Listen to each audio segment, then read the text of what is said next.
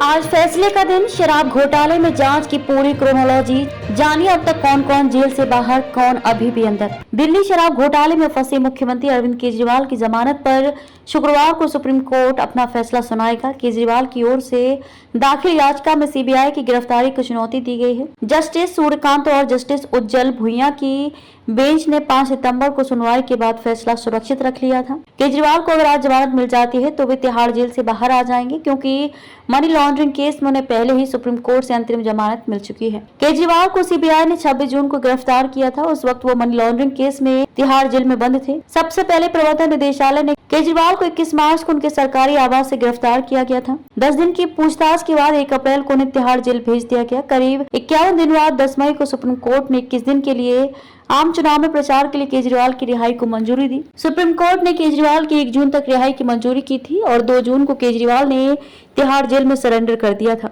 शुक्रवार यानी कि 13 सितंबर को केजरीवाल की रिहाई होती है तो कुल जेल गए 177 दिन हो जाएंगे। अगर 21 दिन की रिहाई को कम कर दिया जाए तो केजरीवाल का कोई 156 दिन जेल में रहने का रिकॉर्ड बन जाएगा। दरअसल केजरीवाल ने दिल्ली हाई कोर्ट के आदेश को सुप्रीम कोर्ट में चुनौती दी है। हाई कोर्ट ने उनकी सीबीआई गिरफ्तारी को चुनौती देने वाली याचिका कर दी थी और जमानत के लिए निचली अदालत जाने की सलाह दी थी। केजरीवाल ने दोनों ही आदेशों को सुप्रीम कोर्ट में चुनौती दी। उन्होंने सीबीआई की गिरफ्तारी को गैरकानूनी बताया और जमानत दिए जाने की मांग की। केजरीवाल ने सुप्रीम कोर्ट में क्या दलीलें दी? सुप्रीम कोर्ट में केजरीवाल की ओर से वरिष्ठ वकील अभिषेक मनु सिंह भी पैरवी कर रहे हैं। उन्होंने पिछले दिनों कोर्ट में गिरफ्तारी पर सवाल उठाए थे और कहा था कि सीआरपीसी की धारा 41A में पूछताछ की नोटिस भेजे बिना सीधे गिरफ्तारी करना गैर कानूनी है और केजरीवाल को रिहाई दी जानी चाहिए। सिंघवी की दलील थी कि सुप्रीम कोर्ट कई फैसले में कह चुका है कि जमानत नियम और जेल अपवाद हैं। चूंकि केजरीवाल संवैधानिक पद पर हैं, जमानत मिलने पर उनके भागने की संभावना नहीं है। उन्होंने केजरीवाल की गिरफ्तारी को बीमा अरेस्ट ठहराया था, क्योंकि ये गिरफ्तारी ईडी मामले में केजरीवाल की रिहाई से ठीक पहले 26 जून को हुई थी। सिंघवी का कहना था कि मामला अगस्त 2022 का है और 2 साल तक गिरफ्तारी नहीं की गई। सीबीआई ने क्या तर्क दिए हैं? वहीं सीबीआई की ओर से गिरफ्तारी को जायज ठहराया गया है। सीबीआई का कहना है कि केजरीवाल जांच में सहयोग नहीं कर रहे थे। वे जांच एजेंसी को लगातार गुमराह कर रहे थे और उनकी गिरफ्तारी की कोर्ट से अनुमति ली गई थी। केजरीवाल के खिलाफ चार्जशीट दाखिल हो चुकी है जो याचिका के साथ अटैच नहीं की गई है। सीबीआई को जांच और गिरफ्तारी का अधिकार है। सीबीआई की ओर से additional solicitor general S V Raju पक्ष रख रहे हैं। एएसजी ने जमानत पर आपत्ति जताई है। उन्होंने कहा कि केजरीवाल को पहले सत्र में अदालत जाना चाहिए था, जबकि वो सीधे हाई कोर्ट गए, जो ठीक नहीं है। सीबीआई का कहना था कि चार्जशीट के बिना वो नियमित जमानत की मांग नहीं कर सकते हैं। ट्रायल कोर्ट के फैसले के खिलाफ हाई कोर्ट पहुंची ईडी। इधर आबकारी घोटाले से जुड़े मनी लॉन्ड्रिंग मामले में नियमित जमानत देने के ट्रायल कोर्ट के फैसले के खिलाफ ईडी ने दिल्ली हाई कोर्ट में याचिका दाखिल की है। हाई कोर्ट ने इस मामले में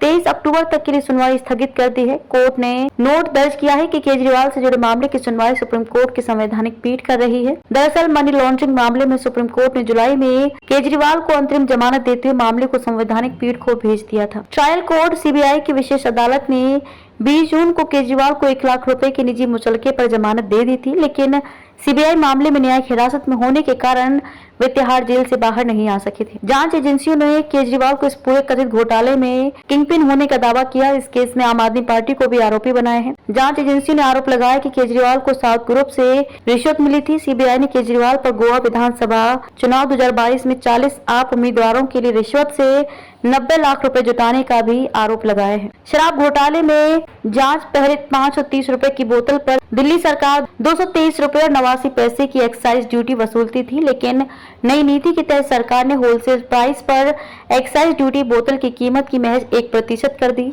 लिहाजा शराब कारोबारियों को 530 रुपए की बोतल पर महज 1 रुपए 88 पैसे ही एक्साइज ड्यूटी देनी पड़ी, जबकि ग्राहक से इसी बोतल पर 30 रुपए लिए गए। 8 जुलाई 2022 को दिल्ली के तत्कालीन मुख्य सचिव नरेश कुमार ने उपराज्यपाल वीके सक्सेना को रिपोर्ट सौंपी। इसमें तत्कालीन आबकारी मंत्री मनीष सिसोदिया पर गलत तरीके से शराब नीति तैयार करने का आरोप लगाया। मुख्य सचिव ने आबकारी नीति 2021 और 22 के जरिए सरकारी खजाने को 580 करोड़ रुपए के नुकसान का अनुमान लगाया।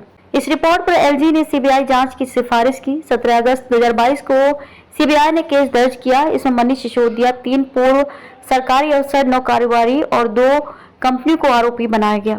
घोटाले में पैसों की हेराफेरी के भी आरोप थे, इसलिए ईडी भी इसमें शामिल हो गई। केस दर्ज करने के बाद सीबीआई और ईडी ने छापे मारे और गिरफ्तारियां शुरू की। ईडी और सीबीआई ने अपनी चार्जशीट में आरोप लगाया है कि 2021 और 22 की आबकारी नीति की वजह से दिल्ली सरकार को कथित तौर पर 2,873 करोड़ रुपए का नुकसान पहुंचा। के कविता का क्या रोल? ईडी का दावा है कि के कविता शराब कारोबारियों की साउथ ग्रुप लॉबी से जुड़ी हुई थी। साउथ ग्रुप की दिल्ली सरकार की 2021 और 22 की एक्साइज पॉलिसी में बड़ी और अहम भूमिका रही थी। आरोप है कि शराब घोटाले के आरोपी विजय नायर को कथित रूप से कम 100 करोड़ रुपए की रिश्वत साउथ ग्रुप से मिली थी। साउथ ग्रुप ने यह रिश्वत आम आदमी पार्टी के नेताओं को देने के लिए उसे दी थी। ईडी ने पहले अरुण रामचंद्रन पिल्लई को गिरफ्तार किया था। पिल्लई ने पूछताछ में बताया था कि कविता और आम आदमी पार्टी के बीच एक समझौता हुआ था। इसके तहत 100 करोड़ रुपए का लेन देन हुआ, जिससे कविता की कंपनी इंडो स्पिरिट्स को दिल्ली के शराब कारोबार में एंट्री मिली। पिछले साल फरवरी में सीबीआई ने अकाउंटेंट बुची बाबू गोरंतला को गिरफ्तार किया था। ईडी ने भी बुची बाबू से पूछताछ की थी और उसका बयान दर्ज किया था। पूछताछ में